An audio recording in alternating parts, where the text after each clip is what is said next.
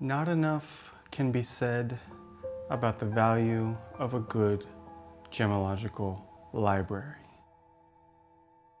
Today I want to take a little bit of time and space and just walk a little bit through my personal library, talk about some of the highlights and some of my favorite stories around books.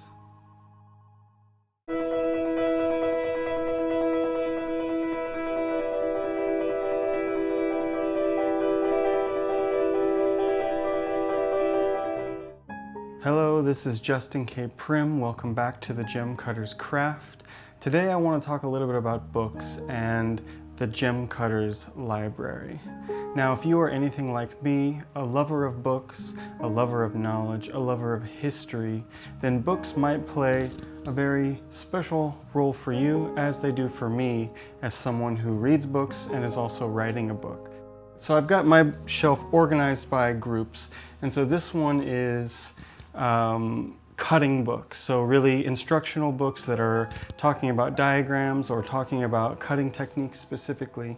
And so some of my favorite books are some of the older ones. So for instance, the Gemcutters Craft. Now this is a book that has inspired the name of my show, the Gemcutters Craft. And so looking through it, we can see this is from 1908. This is written by Leopold Claremont, who was a gem cutter in London in the early 1900s. And so in Claremont's book, he gives us some really incredible photos and depictions, stories and anecdotes about what it was like to be a gem cutter in London in the early 1900s, and kind of giving us a general idea about what they knew about gemology and mineralogy at that time. This is the time whenever, we have some of the first gemological schools, Gem A, opening up in London, it's kind of same 10-year period. And so Claremont gives us just a really invaluable first-hand experience. And I kind of consider this to be one of the first gem cutter written books, and maybe one of the only ones. The first gem cutting book written by a gem cutter for gem cutters and non-gem cutters. So really before this book, we don't really have very many first-hand accounts written by cutters themselves. Of course, later on in history, we've got many, going into the 40s, 50s, 60s, and all the ones that we'll see, but Leopold Claremont was kind of one of the first to kick that off. So moving into the 60s and 70s, we've got the Vargases. And the Vargases are quite well known in the American cutting circles as some of the sort of foundational, pioneering gem cutting people who wrote books. And so they did several good books, one of them being Faceting for Amateurs. Now, Faceting for Amateurs was kind of an instructional book. I mean, it's sort of a standalone guide. You can just read this book and learn about gem cutting, but they also did these two and a third volume that I don't have, which is the Diagrams for Faceting. And in here we've got all kinds of diagrams, designs, tons and tons and tons. They were really working a lot with different people in the faceting community around America. So they didn't write all the diagrams, but they kind of compiled and pulled together some of the best. I think they tested most of them, and they've got 3 full volumes of just diagrams, designs. Now the diagrams are a little bit different than the way that we write them today. They're kind of verbose, meaning they really just walk you through the steps of each one. It's kind of interesting, but a little bit long-winded for me, but definitely a great resource, and just to kind of understand what was going on at that time and how did people look at stones, in this sort of more recent period of gem cutting. Now, another one I can't not mention is Tom Herbst's Amateur Faceting Volume 1. Now this is the book. If you're a gem cutter and you're just starting your library, or you want to be a gem cutter and you need a book, this is the one. It's the only one to even talk about, the rest of these, while being historically important and fun, this is the one that's actually going to teach you what you are looking to know.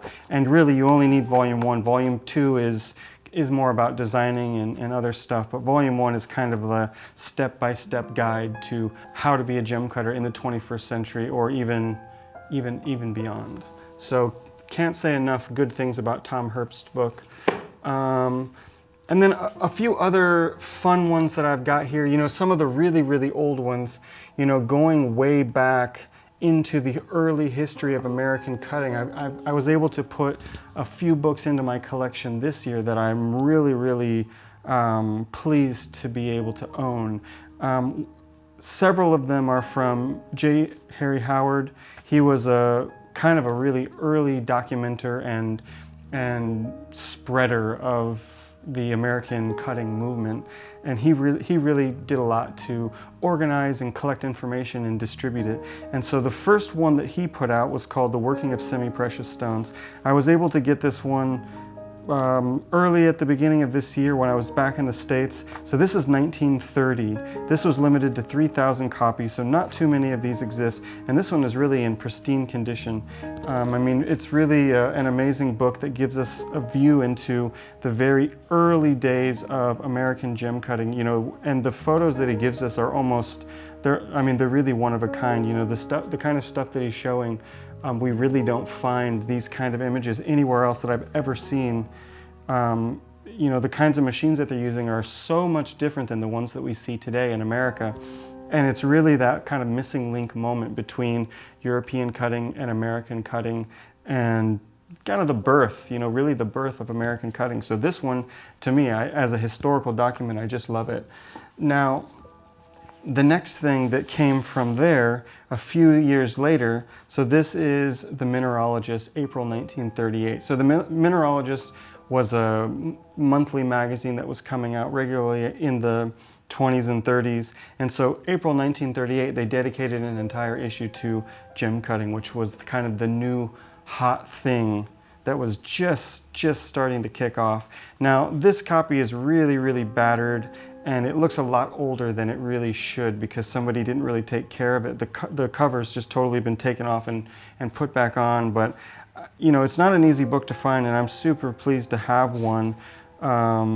So this is basically a compilation of information from H.C. Dake, Fred Young, and J. Lewis Renton, who are all three kind of in that same community with Howard, you know, exchanging letters and communicating. And so, you know, they go through and really give us, again, a good rundown of what was going on in the gem cutting world at that time, what were the techniques that they used, and even gave us a few photos of what the machines that people were just starting to make at that time. And 1938, this is really the beginning of when we start to have sort of more mass-produced machines. You know, the masked machine is coming around as a staple type of machine, and so this is really showing us what it was like at that time to be a gem cutter and to use the new stuff. And so eventually, you know, what Howard, J. Harry Howard was working on, you know, his masterpiece book was The Handpiece for Amateur Lapidary. Now this is one that you can still buy. It's been reprinted and there's a lot of cheap copies on Amazon, but this is the original one from 1935. So again, we're still in that early 30s period where things were just getting kicked off, and what we know of as the lapidary community today was just starting to sprout from its seed. And so he goes through and he gives us, you know, 200 and some pages, 140 pages of step-by-step, you know, looking at every aspect from cabbing to faceting to even a bit of diamond cutting to a little bit of mineralogy and gems and rough. I mean, he really gives us the first kind of volume that we have from American cutters of how do we do this. And the thing I love about the book is he says it right in the beginning, in America we don't know anything about cutting. So I went all around the country and I asked everybody who I could find who has ever experimented and said, how do you do this? And I put it all together in this book. And this is how the American gem cutting community was born, was thanks to this. So we really owe a lot to J. Harry Howard for his pioneering spirit and his, you know, his curious and social nature that took him around the country, whether it be on trains or with letters, and kind of bringing all this information together and starting what we know today as the American lapidary community. A couple other fun ones that I recently picked up. Well, one of them I've had for a while. So these are the Book of Gem Cuts, Volume 1 and Volume 2. And so these are coming from 1949. These are put out by MDR, and these are probably some of the earliest diagram books that I've ever seen, maybe the earliest ones that exist. And yeah, you know, they just kind of give us some different kinds of designs. I love the way that they illustrate them.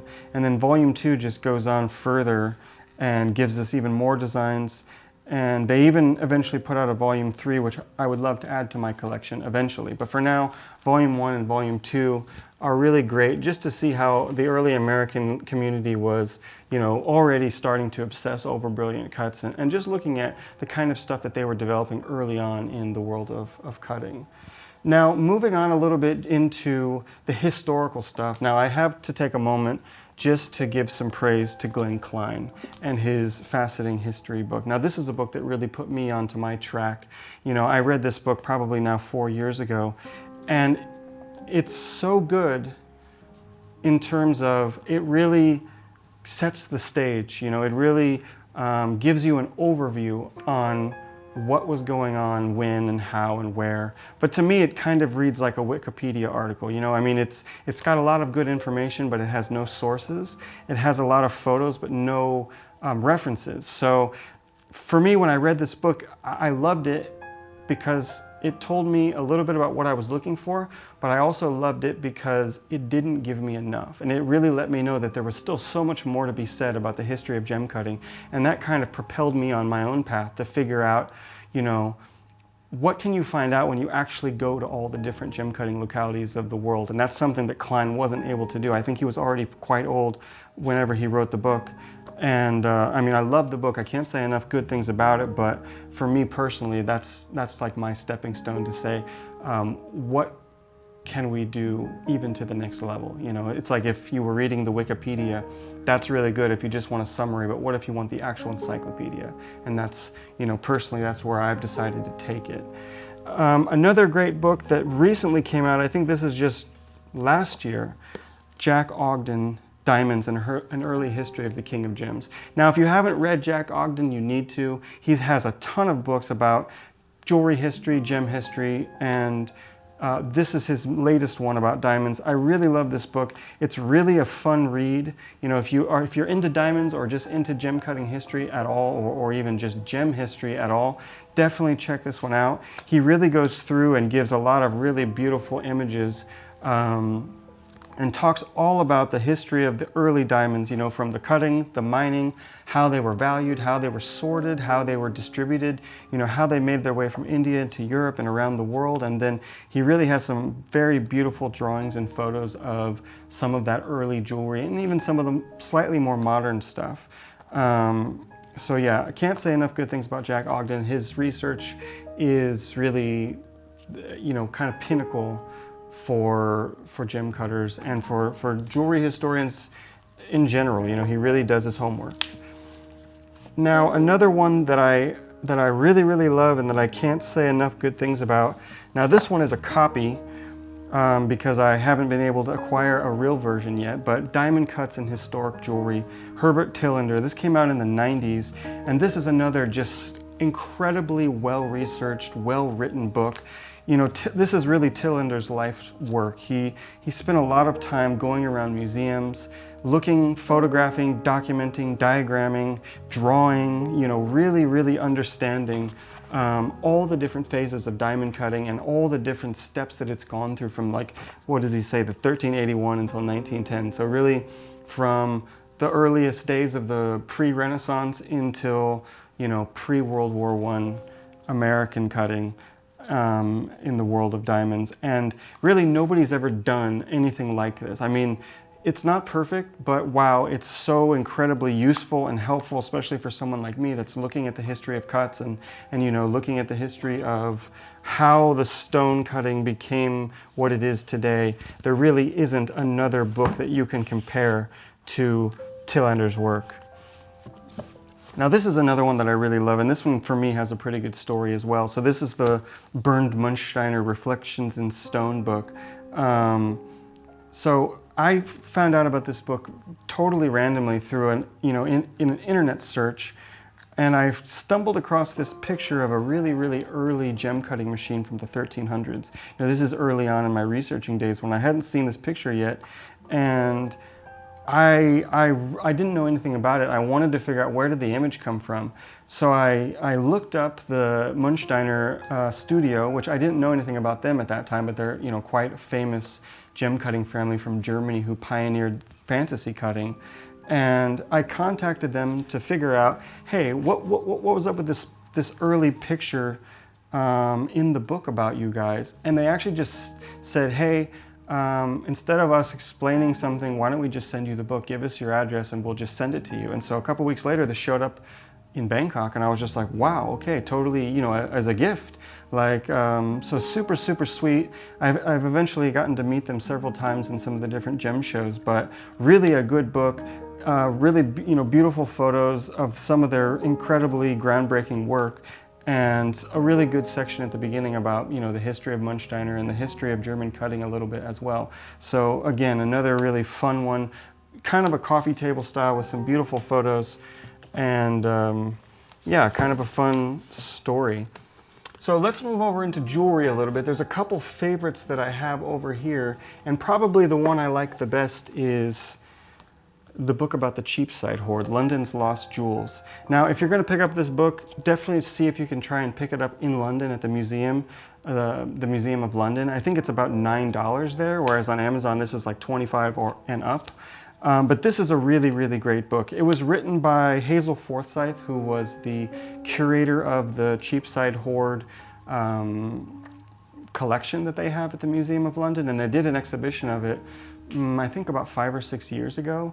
And so this was kind of the book that was written to go along with the exhibition, and it reads so well. I mean, you can just sit down and read it like a storybook, and she goes through and looks at, you know, the history of the stones. How did it get there? You know, if you don't know anything about the Cheapside Hoard, basically it's a treasure box, a treasure chest of like 3,000 items that was buried underneath of a building in London in about the 1650s, you know, sometime before the Great London Fire. And it was sitting underneath this building all the way until like the 1910s, when it was discovered while they were renovating the street, which was Cheapside, which was the old, you know, jewelry and gem district of London back in the Tudor times. And so, you know, she goes through and looks at, you know, who owned the building, who was renting it, who could have put this there.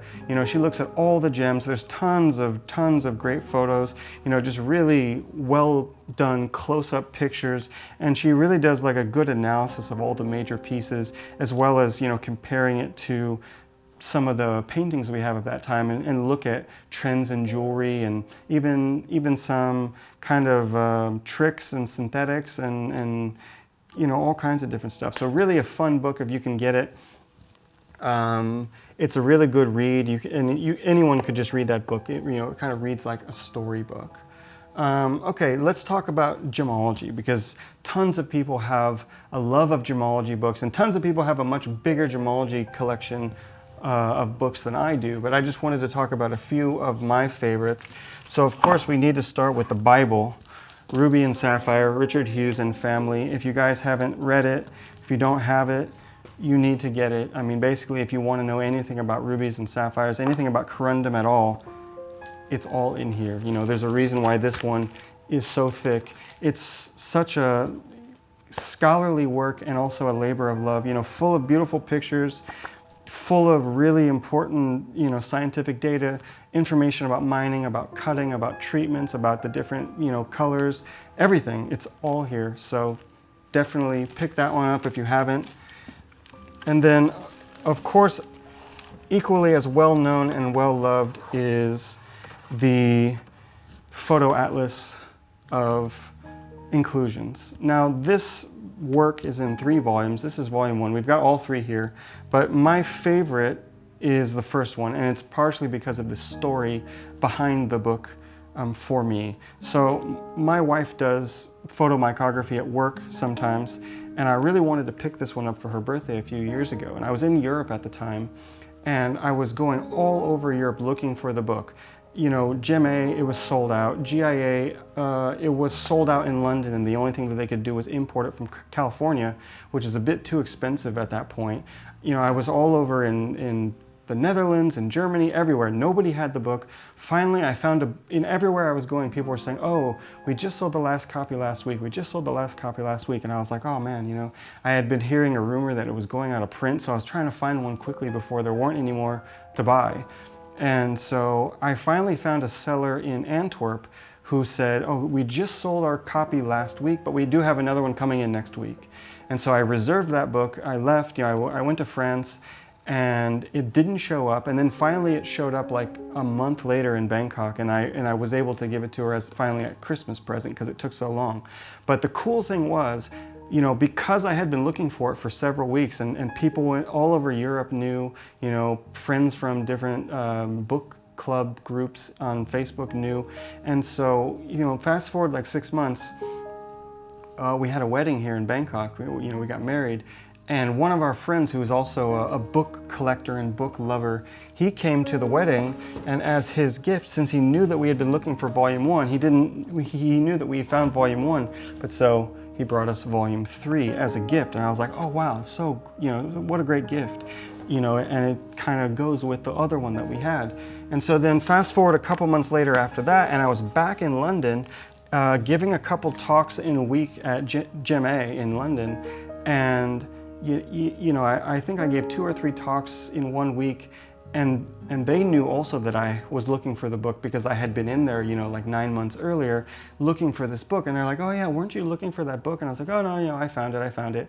And then after the end of the week, after my talks, you know, they wanted to kind of give me a thank you gift for just coming and doing that, and so they gifted me with volume 2. And so now suddenly we had all 3 volumes, and I was like, wow, you know, this is so amazing. You know, I kind of shelled out the cash for volume 1, but in the end was able to get volume 2 and volume 3 as gifts from kind of our international friends. So, you know, really, I love the story and I love the sentiment, you know. I mean, what better gift to give than a book, you know, something that will really last us forever, and something just really, really useful for us because we really do reference them a lot.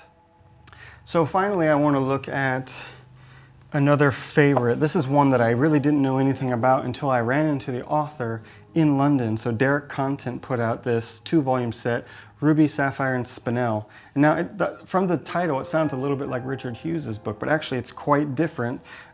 These 2 volumes, they go together. So one's like the text about this collection, and the other one's the photo book. And so volume 2 is the photo book, and this is the one I like the best out of both. It's full of really beautiful pictures with, you know, the fully documented information about this huge collection of gems and rings and jewelry that they've put together. And so the reason I really love this one so much, for me as a researcher, it's really got a lot of really great photos, but then what they were able to do, most of the gems that they have in here are either engraved with Arabic or carved as cameos. And so with the Arabic, what they're able to do is actually go back and look at the calligraphy and look at what's been written in Arabic, and they're able to pretty precisely date them to, if not like a decade period or a 50-year period, at least like a century. They know what century the stones came from. And so some of the stones are incredibly old, you know, going back into the 700s, 800s, 900s. And the reason I love it so much is because some of the stones are faceted. And, you know, when you have an old, loose, faceted stone, it's really impossible to say, you know, this stone is this old. But when you've got Arabic calligraphy on it, that you can precisely say, this is from the 900s or this is from the 1000s, and it's got, you know, a flat face with engraving and 4 facets around what is the table, you know, that's pretty compelling evidence for the early history of faceting in the Middle East. So, you know, this for me puts my dating of gem cutting history way back, you know, whereas in the book I'm working on now, it starts in the 1300s.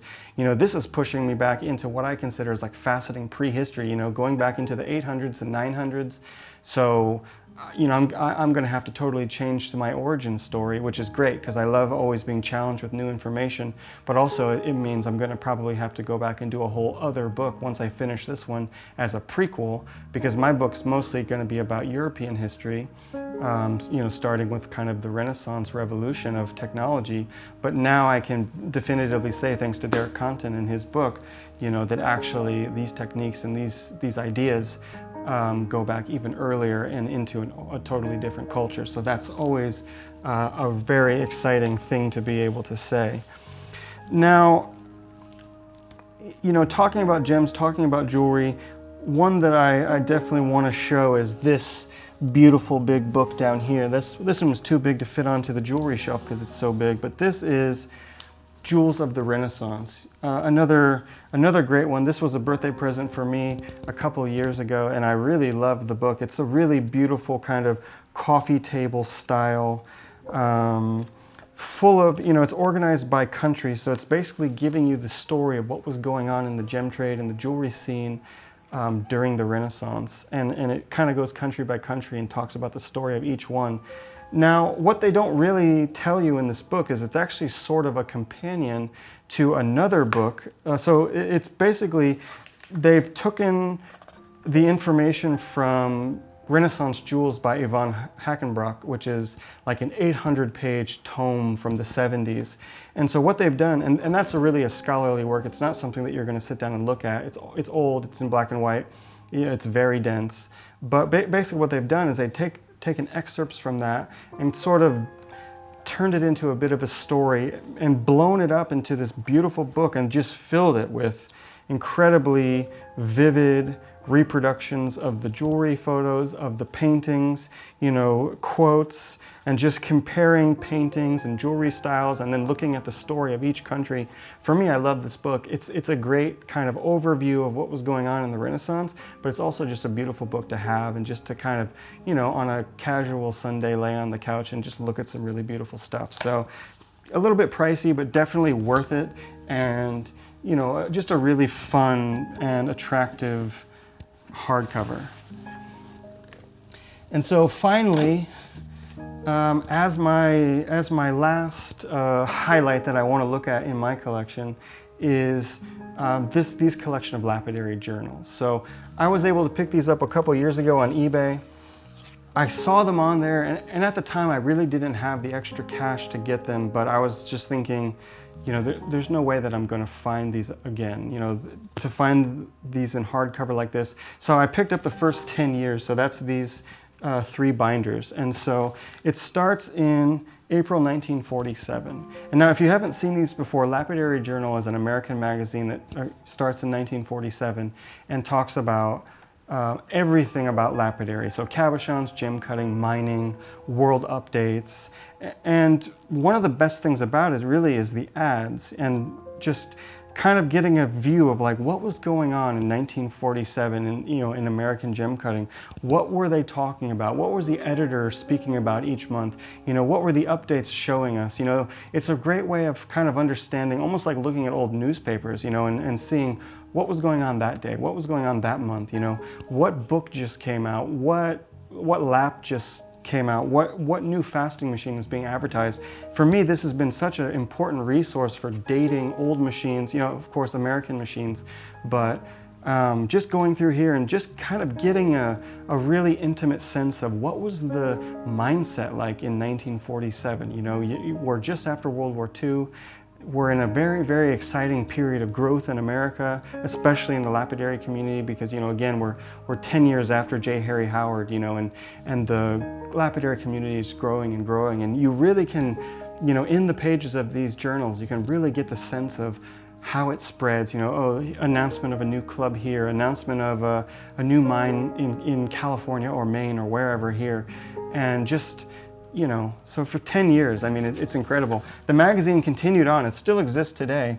It got bought in the 90s, and it's not really the same as what it once was, but these first 10 years are really like the foundational material that kind of shows us how the gem and jewelry industry, or really the lapidary club system grows in America and on until today. So that one, you know, is just really special for me, especially as I'm starting to look at the history of American cutting for a new chapter of the book. So, so yeah, that is basically an overview of just some of the highlights of my collection. I hope that it's been inspirational for you guys, and maybe it's inspiring you to grow your collection, or maybe time to start a collection. You know, we're just at the end of 2020. It's been such a crazy year, but maybe a good year for reading. And obviously it's been a good year for ordering stuff on Amazon because we've all been doing it. And so, you know, a lot of these books are still available. Some of them, of course, are old and out of print, but I'm going to list all the ones that I mentioned here down in the comments with all of the links to Amazon when I can do it. And so, yeah, maybe for you guys, this is a good time to think about something new. So I just want to thank you guys so much for watching this video and for really watching all my videos. If you guys are enjoying the videos that I've been doing, I've got a link down below. So if you guys feel like you want to support me, you know, going into 2021, helping me to add to my collection of books, especially adding to the Faceting Museum, which is going to be hopefully exhibiting publicly soon in 2021. Or maybe you just love the content and the instructional stuff that I've been putting out and you want to become a monthly patron and just give a little bit of money to me to help me keep doing this. So yeah, check the link below, or maybe even simpler, there's another link down here in the bio, magisgems.com. You can find all of our faceting machine shirts, our faceting history shirts, wall prints, and of course loose gemstones that we cut and sell. So if you guys want to support all the stuff that I'm doing here, definitely check out those links. I would really appreciate it, and that allows me to continue making all these free videos for you guys and just spending more time away from work to make all this cool stuff and try to like really enrich the world of gem cutting all around the world. So thank you guys so much. This is Justin K. Prim, the Gemcutters Craft and the Gemcutters Library, signing off from Bangkok. Check you next time. See you later.